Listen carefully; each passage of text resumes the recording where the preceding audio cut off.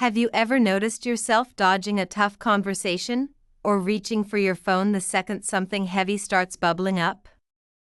You might think you're just keeping busy or avoiding drama, but what if these are actually subtle ways you're steering clear of uncomfortable emotions? Let's talk about 7 surprisingly common behaviors that can reveal hidden emotional avoidance. First up, the busy buffer. You know that feeling when your calendar is packed, work, chores, endless errands, or back-to-back social plans, so there's barely a second to breathe? Maybe you catch yourself scrolling through your phone the moment you feel restless, or you're suddenly cleaning the house after an argument, just to keep moving. Here's what's really going on: that non-stop activity acts like a shield, keeping those tough feelings out of reach. It's not just about staying productive, it's about crowding your inner world so there's no space left for discomfort. So, if you notice you get uneasy when things finally slow down, your busyness might be more of a buffer than just a packed lifestyle. Now, here's where it gets interesting: joking it away. When conversations get a little too real, do you find yourself cracking a joke or steering things back to something lighter? Maybe a friend opens up about something painful, and your instinct is to lighten the mood with humor. Or, when someone asks how you're really doing, you answer with sarcasm instead of honesty. This isn't just about having a good sense of humor, it's a way to dodge discomfort.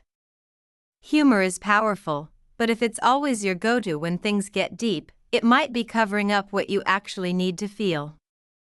Pay attention to how often you use laughter as an escape hatch, instead of letting yourself really be present. Here's another one that sneaks up on you: fixer mode. When someone shares something tough, is your first instinct to jump in with advice, solve their problem, or come up with a plan?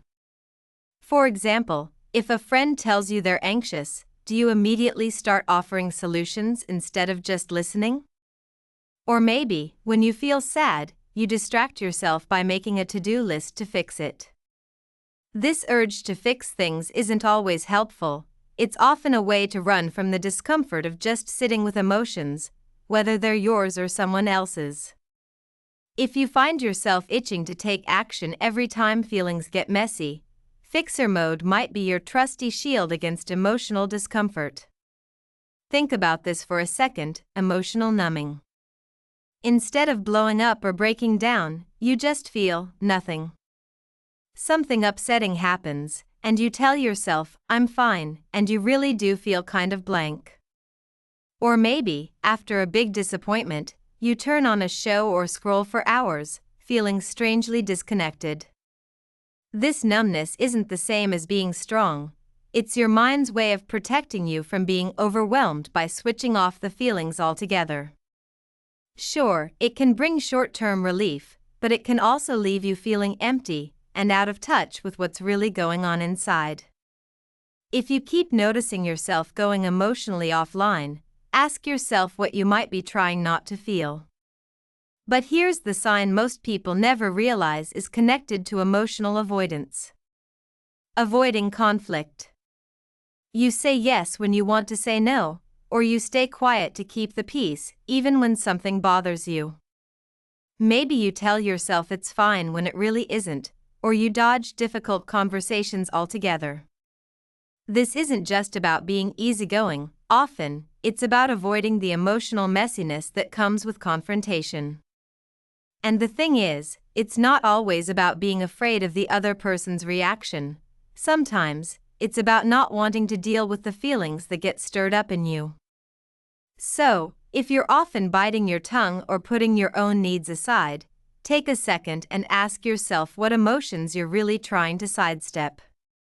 And let's keep going, because there's another subtle sign you might not expect: over-intellectualizing. When emotions come up, do you find yourself retreating into logic, analysis, or even throwing around psychology terms, instead of actually feeling? Maybe, instead of admitting "I'm hurt," you start analyzing why someone acted a certain way, or you research the science behind anxiety instead of noticing how it actually feels in your body. This habit can make you feel safe because it creates distance from those raw emotions.